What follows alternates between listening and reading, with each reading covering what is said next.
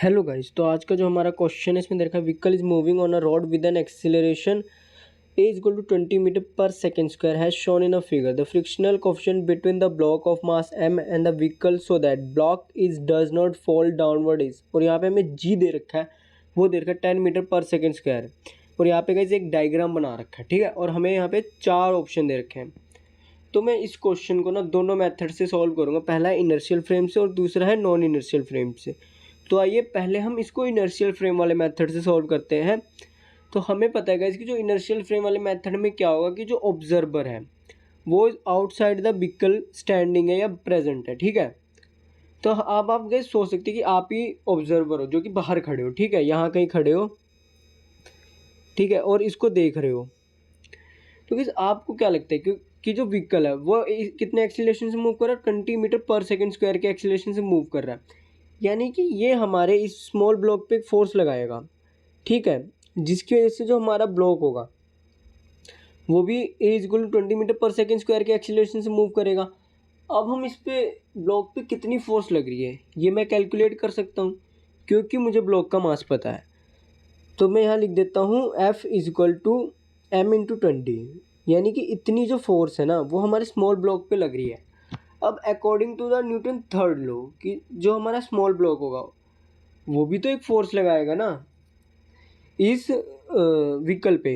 तो मैं ये कह सकता हूँ कि इधर की तरफ एक फोर्स लग रही होगी जो कि ये हमारा स्मॉल ब्लॉक लगा रहेगा, और उसी की वजह से जो हमारा ये व्हीकल है ये एक फोर्स लगाएगा नॉर्मल, ठीक है गाइज, एक नॉर्मल फोर्स लगाएगा इस तरफ, जो कि गाइज नॉर्मल फोर्स हमारी यही फोर्स है, ठीक है।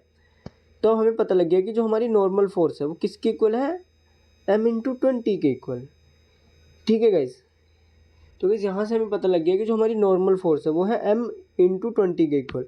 अब गाइज एक और चीज़ हमें यहाँ देखनी है कि जो हमारा स्मॉल ब्लॉक है वो गिरना चाह रहा है क्योंकि उस पर ग्रेविटेशनल फोर्स लग रही है जो कि है mg, लेकिन ये गिर क्यों नहीं रहा? अब बात ये उठती है, तो हमें पता है इस पर एक फ्रिक्शनल फोर्स लग रही होगी जो इसे बैलेंस कर रही होगी। तो ये फ्रिक्शनल फोर्स के लिए मैं यहाँ सिंबल यूज़ करूँगा स्मॉल f, ठीक है गाइस। तो मैंने इसीलिए आप देख सकते हैं यहाँ लिख दिया F is equal to m g. अब गाइस हमें ना ये F पता करना है कि ये कितना होगा। तो गाइस उसके लिए हम फॉर्मूला यूज़ करेंगे म्यू इंटू एन, और एन हमने यहाँ कैलकुलेट कर लिया था जो कि आया था 20m। तो मैं एन की जगह पुट कर दूंगा 20m, ठीक है गाइस। यहाँ से हमारा एम से एम कैंसिल हो जाएगा और हमारा रह जाएगा म्यू 20 इज इक्वल टू जी। अब हम यहाँ से म्यू निकालेंगे तो आप देख सकते हैं कि जो हमारा म्यू आ रहा है वो आ रहा है g/20, और हमारा जो g है वो हमें क्वेश्चन में दे रखा है 10 मीटर पर सेकेंड स्क्वायर। तो इसीलिए मैं यहाँ g की जगह पुट कर दूंगा 10 और उसको 20 से डिवाइड करूँगा, तो मेरा जो म्यू आएगा वो आएगा 0.5। तो आप देख सकते हैं कि यहाँ से जो हमारा frictional coefficient between the block m and vehicle वो आ रहा है 0.5। अब गाइस इस क्वेश्चन को हम सॉल्व करेंगे नॉन इनर्शियल फ्रेम के मेथड से, और इसमें हम क्या करेंगे कि जो हमारा ऑब्जर्वर होगा वो इनसाइड द व्हीकल प्रेजेंट होगा और वो देख रहा होगा ब्लॉक एम को, ठीक है गाइस। और गाइस अब आप जानते हैं कि मान लीजिए हम ही इस व्हीकल के अंदर है, ठीक है, इस व्हीकल के अंदर हम ही हैं। तो गाइस इसको मैं यहाँ ड्रॉ करता हूँ, ये रहा व्हीकल, ठीक है, इसके अंदर हम हैं और हम इस ब्लॉक को देख रहे हैं स्मॉल एम को। तो गाइस आपको पता है ये हमें स्टेशनरी दिखाई देगा, क्यों? क्योंकि हम भी ये एक्सीलरेशन से मूव कर रहे हैं और ये ब्लॉक भी ये एक्सीलरेशन से मूव कर रहा है, ठीक है। तो जो रिलेटिव एक्सीलरेशन होगा, ठीक है, ब्लॉक का विद रेस्पेक्ट टू मैन वो कितना होगा? वो होगा 0। यहाँ से गाइस आप कैलकुलेट कर सकते हैं acceleration of a block with respect to man.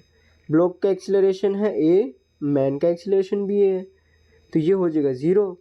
तो गाइस अब यहाँ पे हम क्या करेंगे इस क्वेश्चन को सॉल्व करने के लिए कि जो ये हमारा ब्लॉक है स्मॉल m, इसमें मैं क्या करूँगा कि जो मैन का एक्सीलरेशन है उसको मैं उल्टा करके ब्लॉक को दे दूँगा। तो मैन का एक्सीलरेशन इस पॉजिटिव x डायरेक्शन में था, तो हम उल्टा करके मतलब अब एक्सीलरेशन को हम नेगेटिव x डायरेक्शन में करके ब्लॉक को दे देंगे। तो आप देख सकते हैं ये रहा नेगेटिव x डायरेक्शन में करके हमने ब्लॉक को दे दिया है। और गाइस आपको पता है कि ये जो अब फोर्स आएगी जब मैं इस वाले एक्सीलरेशन को, जो मैन का एक्सीलरेशन है, इसको जब मैं ब्लॉक के मास से मल्टीप्लाई कर दूँ तो हमारी जो फोर्स आएगी वो आएगी m में। और गाइस आप जानते हैं ये स्यूडो फोर्स होगी, क्योंकि आप सोच सकते हैं कि ये फोर्स तो ब्लॉक पे लग ही नहीं रही है ना। खुद सोचिएगा, ये फोर्स लग रही है ma, और ये एक्सीलरेशन जो मैन का था वो वाली फोर्स का उल्टा करके जब हमने दे दी वो लग रही है ब्लॉक पे, नहीं लग रही ना, लेकिन हमने इस क्वेश्चन को सॉल्व करना है, इसीलिए हम इसको ऐसे कर रहे हैं। ठीक है, ठीक है। तो अब गाइस आप देख सकते हैं कि हमें पता है कि ये जो व्हीकल होगा ये इस वाले ब्लॉक पे एक नॉर्मल फोर्स लगा रहा होगा जो कि किसकी इक्वल होगी, m1 की इक्वल होगी। और यहाँ पे गाइस मैं फ्री बॉडी डायग्राम बना ही देता हूँ ताकि अच्छे से समझ में आ जाए। ये हमारा स्मॉल m है, इस पे फोर्स लग रही है m में, ये एक्सीलरेशन हमारा मैन का था, ये आपको याद रखना है, और इस पे ये नॉर्मल रिएक्शन लग रहा है। ठीक है, तो आप कह सकते हैं कि n इज इक्वल टू हमारा m है, a हमारा कितना था 20 जो कि हमें क्वेश्चन में दे रखा था, इसीलिए मैंने यहाँ लिख दिया n is equal to 20m।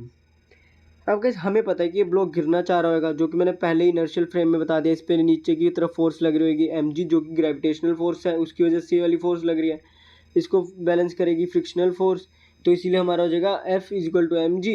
F हमारा किसके इक्वल है, वो है म्यू एन के इक्वल, और एम जी हमारा ऐसे रहेगा, एन की जगह हम पुट कर देंगे 20m, और यहाँ से जो हमारा म्यू आएगा वो आएगा g/20, जी की जगह हम पुट कर देंगे 10, तो यहाँ से जो हमारा म्यू आएगा, क्योंकि अब हम 10 को 20 से डिवाइड करेंगे, तो यहाँ से जो हमारा म्यू आएगा वो आएगा 0.5। तो इस हिसाब से आप कह सकते हैं कि जो इस क्वेश्चन के लिए सही ऑप्शन होगा वो होगा ऑप्शन नंबर फर्स्ट।